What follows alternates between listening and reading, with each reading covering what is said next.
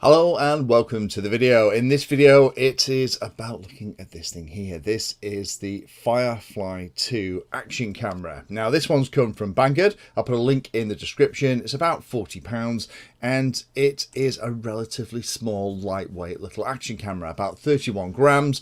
Will support up to 64 gig SD cards, has resolutions of 2.5K 30 frames per second, 1080p 60, 1080p 30 frames per second and 720p 60 frames a second. Reckons it'll run for about an hour on the battery, and the lens is a 2.8 lens, slightly narrower than the original version, which is a little bit of a shame. Diagonal field of view is about 160 degrees. And that increase in the quality of the video to up to 2.5K at 30 frames per second is a lot more than the original Firefly camera. So let me show you how this thing arrives. This is the box it comes in. There aren't a lot of frills with this at all, really. So let me grab the camera. You've got all these different bits and pieces. But let me show you the camera first before I show you what else comes in the package. So the camera itself is quite small and very lightweight. You have an SD card, USB connector, and a little place to press the reset button, as well as kind of a AV out and also charging port at the bottom. You get a couple of Velcro straps to connect it to whatever you're going to use. It does come with this little camera mount, I guess you'd call it, a little 1/4 inch thing at the bottom, and you have this silicone cover that is over it by default. I'm not using it with that. I'm actually mounting it on something that's already got some kind of vibration isolating, but I'll show you how this thing performs in a sec. You also have this thing here, which looks like an on-screen display for an FPV cam. That plugs into the bottom. It has a standard kind of joystick connector, and you have this really wacky cable that doesn't plug into the bottom, it actually plugs into the top. It's there to not only charge this thing, but also to provide a video out. If we get a little bit closer to the camera, let me show you what this looks like closer up. Only two buttons on it. One is a power that will, holding it will turn it on, then a brief press will start and stop recording, and the other one is a mode button. You've got the slot for the SD card. This is where this little cable plugs in. I do wish they'd have used a more standard USB connector than that, but anyway.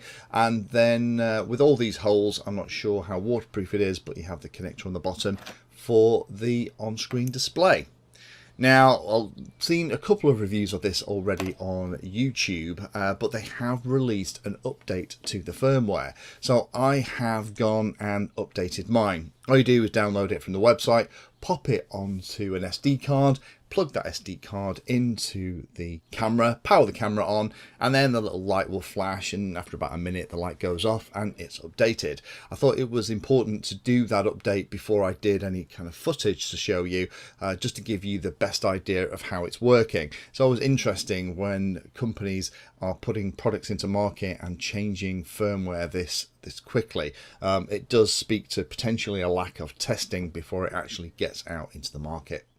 So what I've done to get the footage, I've actually put it on top of this 7-inch quad. I was having a flying day yesterday, which is why you can see all of the batteries and the cameras and things behind me. I've got to go through and just check all the batteries and discharge everything. But this is a model that I built in the Endurance Quad series. Now this thing will fly for about 40 minutes. So it's got a lithium ion battery at the bottom. But it's got a little camera mount on the top, and first of all I went and flew it with a little run cam, just one of these standard run cam action cameras. I've got a few of these. You can see another one behind me. They're fab. I use them an awful lot, but I thought I'd use that for comparison purposes. So I've done a flight with this, and I'll insert that footage so you can see the difference in the color saturation. And then the newly updated Firefly was stuck on the top. Now there is a bit of jello in each of these images. This is kind of my first time trying this as an action camera platform. The 7-inch props and the longer arms on models like this do make it a little bit trickier to get rid of all the jello. But let me show you what the footage looks like. So again, in the main image, that's the footage of the Firefly 2. In the bottom right hand corner, just for comparison purposes, that's the footage from the little run cam. Just be aware, the plane I'm chasing around here isn't a full-size one. I'm just chasing around a friend of mine who is flying one of his Tundras, and then the second time I was up, he was flying around a wing. I do like the fact that the form factor is nice and small. It means that with a light weight, you can pretty much get it on top of anything. And it's a lot lighter than some of the other action cameras, so you could potentially use it on smaller models. The increase in the maximum resolution and the frame rate from the original is very welcome. The larger battery still gives you about an hour, but I'm guessing it's having to do a little bit more work to get those higher frame rates. It does have a video out feature. And that video out feature is available on that kind of RCA jack that's part of that really weird cable that also does the charging. It's a little bit weird. The latency doesn't seem to be bad at all. So I'm surprised they haven't used a more standard output that you could potentially use it to run it as some kind of FPV camera as do the recording. And the video quality is okay. You can make your own mind up about that in comparison to something like a good old Runcam action camera. Personally, I think it's a little bit undersaturated for me. There are options in the menu. So a couple of things I'm less impressed with. First of all is the fact that they're using a really weird and wacky USB port for charging. I'm guessing that's because they wanted the video out as well. But why on earth don't you just use a regular USB cable? So all the micro USB cables that we've all got hanging around in our desks and drawers, you can use it for that and have a proper AV out, so you could actually plug it into something like an FPV transmitter. Now, the other thing about that is that you need to change the settings on this, in my humble opinion. By default, it comes set for a recording time of about 4 minutes. Now, I've changed that to 10 minutes, but to change the settings, you have to plug in that little joystick, and then you have to find something with an RCA input to plug it into to be able to see what you're actually doing. That's not great, in my opinion. If they'd have had some kind of plug in here, like you have in a standard FPV camera, you could have just plugged it into any VTX that you had, and away you go. I'm guessing this isn't custom made for our market, kind of like the Runcam is, I guess, which it says on it, born for RC fanatics. And I think this definitely isn't. I think this is more a general action camera. As you saw in the footage as well, there is that overlay. I've tried to figure out how to remove that. If anyone knows how to, let me know. I'll continue to play with it. Maybe a future firmware update will make it easier. So in summary, what do I think? Well, I think it's okay, but only okay. It's only a £40 action camera, so you can't expect it to be as good as something that's going to cost 2 times the cost.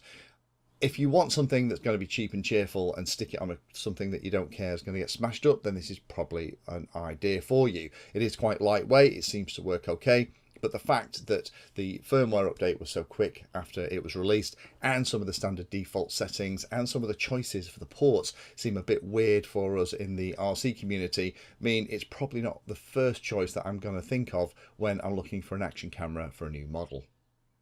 But hopefully that's interesting for those of you that have been looking at it.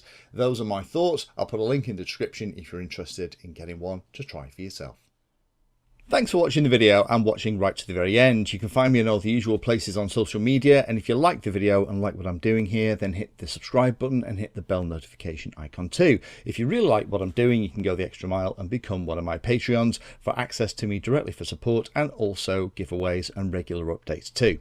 If you're looking for particular content, then check out the playlist. I organise all of my videos into playlists, so if you're looking for a particular topic, you can find everything here. If it's called Introduction To, it's designed to start very simply and build on that simple introduction to teach you all about it. If it's called For Beginners, then that is really aimed at people who are brand new to that part of the hobby.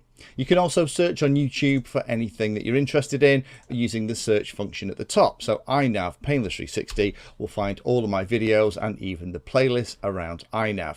So thanks again for watching, and happy flying.